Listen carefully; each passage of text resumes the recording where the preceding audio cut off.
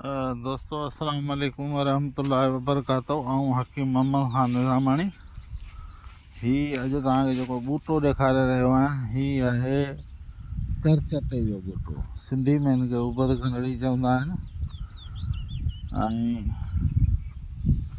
हिन जा ख़ाली जेके पन आहिनि, उन्हनि जो फ़ाइदो इहो आहे त तव्हां हिन जा पन सुकाए छाणे ऐं उहे चांहि करे पीओ त तव्हांजे फेफड़नि जे साह जो नालियूं जेके आहिनि उहे खुली वेंदियूं, यानी खंघि दम जो इलाजु आहे।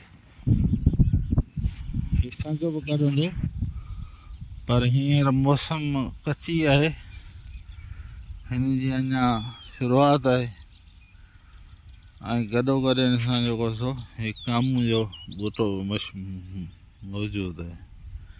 हीअ अथव नमक चरचटो, जंहिंमां लूणु निकिरे थो, चरचटो खंघि लाइ। ऐं हिन खे उबद खंडड़ी चवंदा आहिनि, चरचटो बि चवंदा आहिनि। हीउ वण अथव चरचटे जो, हकीम मोहम्मद ख़ान निज़ामाणी। मुंहिंजे यूट्यूब चैनल ते तव्हांखे तमामु जड़ी बूटियुनि जूं तस्वीरूं, फ़ोटू ऐं उन्हनि जा फ़ाइदा मिली वेंदा।